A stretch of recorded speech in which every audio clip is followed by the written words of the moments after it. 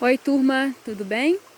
Gente, essa semana nós vamos voltar para a nossa apostila, tá bom?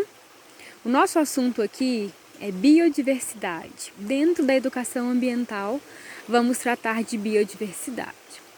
Quero que você observe bem aquela montanha lá no fundo, cheia de árvores, não é?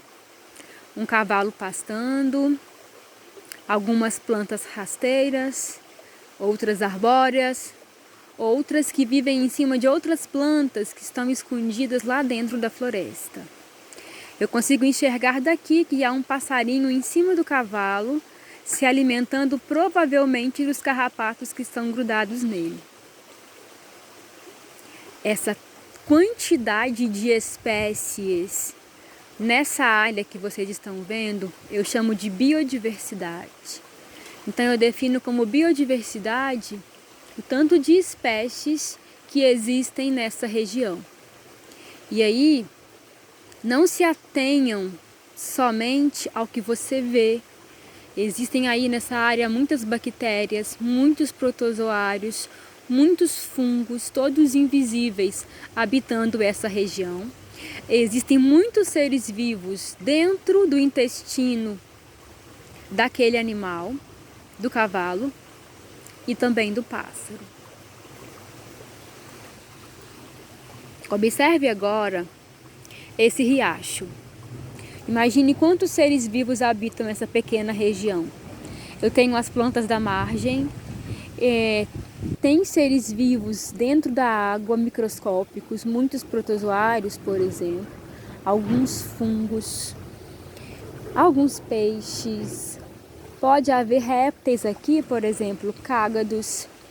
Eu digo que a quantidade de seres vivos que habitam essa região que vocês estão vendo é biodiversidade. Agora eu preciso que vocês observem essas plantas aqui. Provavelmente vocês já viram em algum lugar ou mesmo na casa de vocês. Essas plantas, gente, elas são as bromélias. Elas são tão importantes porque elas têm um armazenamento de água. Se você reparar lá no fundo delas, olha, está refletindo o céu. Você consegue ver que entre as folhas dessa bromélia, lá dentro, ó, tanto nessa quanto nessa, há um reservatório de água que os biólogos chamam de cisterna, a cisterna da bromélia. Qual a importância dessa água? Essa água que fica aqui dentro, ela é usada como abrigo de insetos, por exemplo. Ela é usada para a reprodução de outros insetos. Ela é usada para a reprodução de anfíbios. Répteis não anfíbios, como pequenas pererecas. Eu digo então que essa água que a bromélia reserva, ela é cheia de seres vivos. Então a bromélia, ela é um grande pequeno ecossistema, porque aqui eu tenho fatores bióticos, que são os seres vivos, como insetos, como bactérias, como fungos, como as pererecas, e os fatores abióticos, a própria água, a umidade, o ar, o sol que bate aqui. A bromélia, ela é um pequeno ecossistema e olha quanta biodiversidade. Eu listei para vocês que aqui nela, nessa cisterna onde a água está vivendo pequenos anfíbios, muitos insetos, bactérias, protozoários. Se a gente pudesse coletar essa água que está ali dentro e olhar ao microscópio, nós iríamos ver um monte de espécies diferentes, certo? Então, as bromélias, elas são pequenos hábitats. E aí você pensa, se nessa pequena planta existem tantos seres vivos, quando você lembra da floresta amazônica, que é a maior floresta equatorial do mundo, qual é a quantidade de espécies que existe lá? Muitas.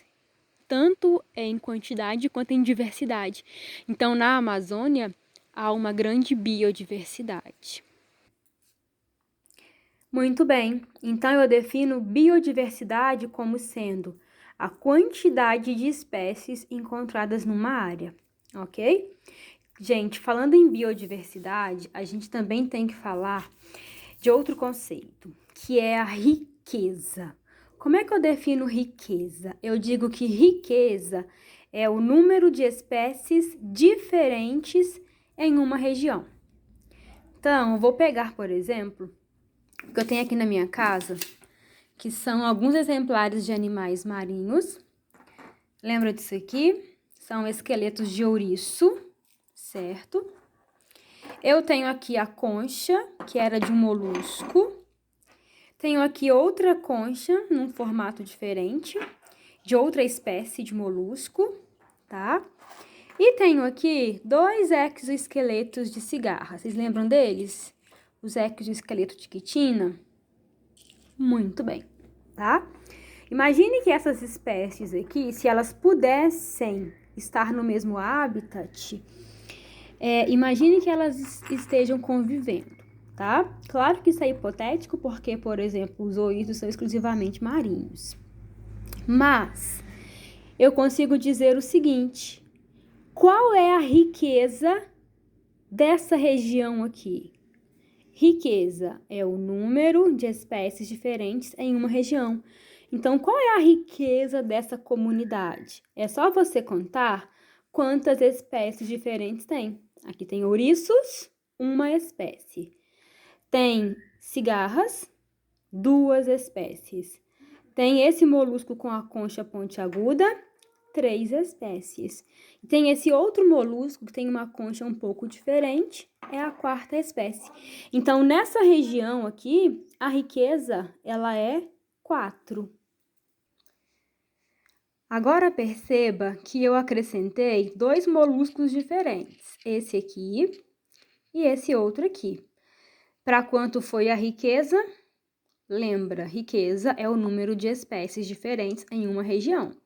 Para quanto foi a riqueza? Muito bem. Se antes eu tinha uma riqueza de 4, agora eu tenho uma riqueza de 6, porque essa concha aqui é de outra espécie e essa aqui também é de outra espécie, ok? E se eu considerar uma floresta de eucalipto, qual vai ser a riqueza naquela floresta? Responda. Muito bem, 1. Por quê? Porque só tem eucalipto. Perceba que uma floresta de eucalipto, embora eu tenha muitas árvores, eu tenho uma riqueza muito baixa, porque todas as espécies ali são a mesma, que é o eucalipto. Agora, se eu penso em floresta amazônica, olha a riqueza que tem naquele lugar. Lá eu tenho um enorme número de espécies diferentes habitando, certo? Bom, outro conceito, turma, que nós temos que falar é a variabilidade. Para isso, eu vou usar a própria apostila, tá bom? Observe essas imagens aqui. Do lado esquerdo, eu tenho olhos de humanos e do lado direito, eu tenho espigas de milho, certo? O que seria variabilidade? Variabilidade. Observe que essa pessoa aqui, ela tem os olhos pretos e muito puxados. Dá para ver que essa pessoa aqui, ela é oriental. Essa pessoa aqui tem os olhos azuis e mais amendoados. E essa pessoa aqui tem olhos bem pretos, certo? Perceba o seguinte, a cor dos olhos é diferente nos exemplos e o formato do olho também é diferente. O nome disso é variabilidade. Eu defino variabilidade como sendo as diferenças que existem dentro das espécies. Pense aí na turma do 9º ano. Pense primeiro na Lara. A Lara é loira. E ela é humana, claro. Agora pense na Maria. A Maria é morena. E ela é humana, claro.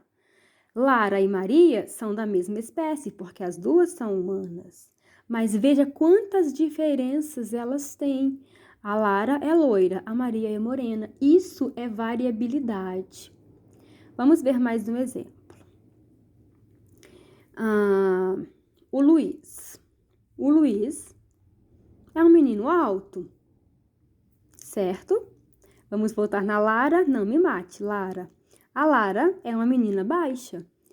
Veja que Luiz e Lara são humanos, mas eles têm diferenças. Apesar deles serem da mesma espécie, eles têm diferenças. Essas diferenças de altura, Luiz mais alto que Lara, eu também chamo biodiversidade. Vamos lembrando aqui uns dos outros. O meu cabelo é cacheado.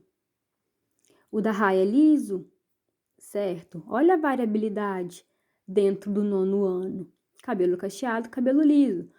Pele clara, pele escura. Olhos claros, olhos escuros. Olhos puxados, olhos não puxados. Olhos pequenos, olhos grandes. Tudo isso é variabilidade. E isso, gente, acontece também com plantas. Observe aqui a figura dos milhos. Perceba nessa imagem que eu só tenho milho. Só que eu tenho milhos diferentes. E essa diferença não é porque eles são espécies diferentes.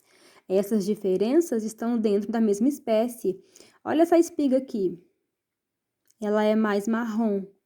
Essa aqui já é mais acobreada. Olha essa aqui, que linda, tem várias cores diferentes.